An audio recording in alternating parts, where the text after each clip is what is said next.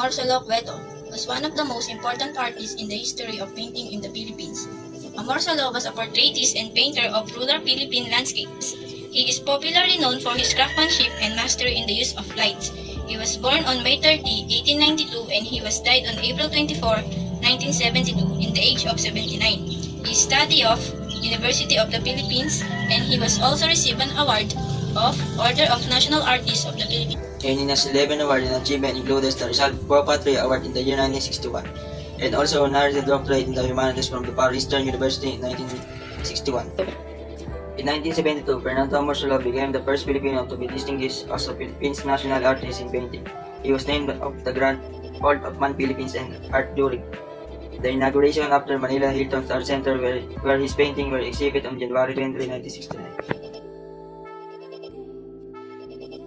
Fernando Amorsolo, 1945, Defense of a Filipino Woman on which is representative of Amorsolo's World War II era. Painting her, a Filipino man defends a woman who is either his wife or daughter from being raped by an unseen Japanese soldier. Note the Japanese military camp at the man's home. The Dalagang Bukid or the Maiden in the Rice Field shows a medium brown skinned woman portraying the Maria Clara image, guided by the use of texture and impressionism characterized by relatively thin and small brush strokes. The vibrant tropical sunlight emphasized the appearance of the woman in terms of her outfit and skin color.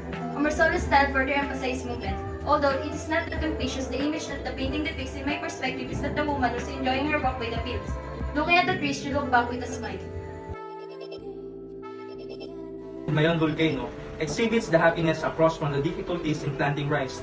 The Filipino villagers in their bright clothes and straw hats plant together with a fresh and green landscape of plenty. Behind the Filipino villagers is the peaceful flume of steam. His work titled Rice Planting, which was made in 1922, was one of his most famous works. This was when the Philippines was under the American colonial rule, and it is impressive that Amorsolo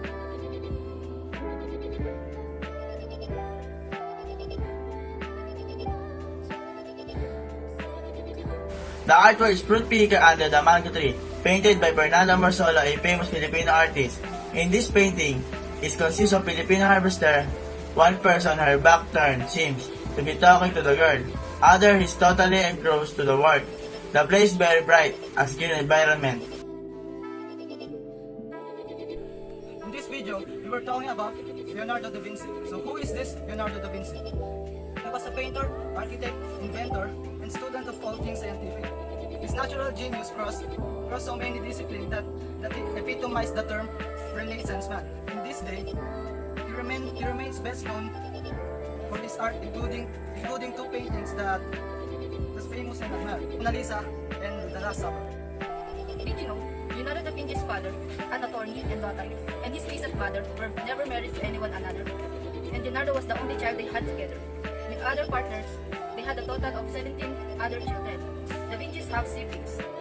Famous artwork of Leonardo da Vinci, Mona Lisa, Last Supper, Vitruvia Man, Self-Portrait, The Virgin of the Rocks, Death of a Woman, Lady with an Ermine, Salvador Mundi, Ginebra da Vinci, The Virgin and a Child with Saint Anne. In this vlog, we were talking about some of Da Vinci's artwork. Last Supper, Italian Cenacolo, one of the most famous artworks in the world by Leonardo da Vinci. Probably between 1495 to 1498 for the Dominican monastery in Santa Maria del Grace in Milan, in which Jesus declares that one of the apostles will betray him and later institute the Eucharist. Leonardo represents the space by using linear perspective, a systematized method of creating the illusion of space. The Last Supper is about 15 feet above the ground. We chosen this relatively high height because the painting's bottom edge is 8 feet above the ground. Virgin of the Rocks with Da Vinci, sometimes Madonna of the Rocks, is the name used for the two Leonardo da Vinci paintings. One painting is usually hung in Louvre, Paris, and the other one is in the National Gallery in London. Both paintings shows the Madonna and Christ child with the infant John the Baptist and an angel. The Virgin of the Rocks is the name of two paintings by the Italian artist Leonardo da Vinci. of the same subject with a composition which is identical except for several significant details. The version generally considered the prime version. The earlier of the two is unrestored and hangs in the Louvre in Paris. The other, which was restored between 2008 and 2010, hangs in the National Galleries, London. The paintings are both nearly 2 meters high and are painted in oil. The Virgin of the Rocks, in its first version, is the work that reveals Leonardo's painting at its purest. It depicts the apocryphal legend of the meeting in the wilderness between the young John the Baptist and Jesus returning home from Egypt. The secret of the picture effects lies in Leonardo's use of every means at his disposal to emphasize the visionary nature of the scene. The sub-color tones, the dim light of the cave from which the figures emerge, but in light, their quiet attitude, and etc.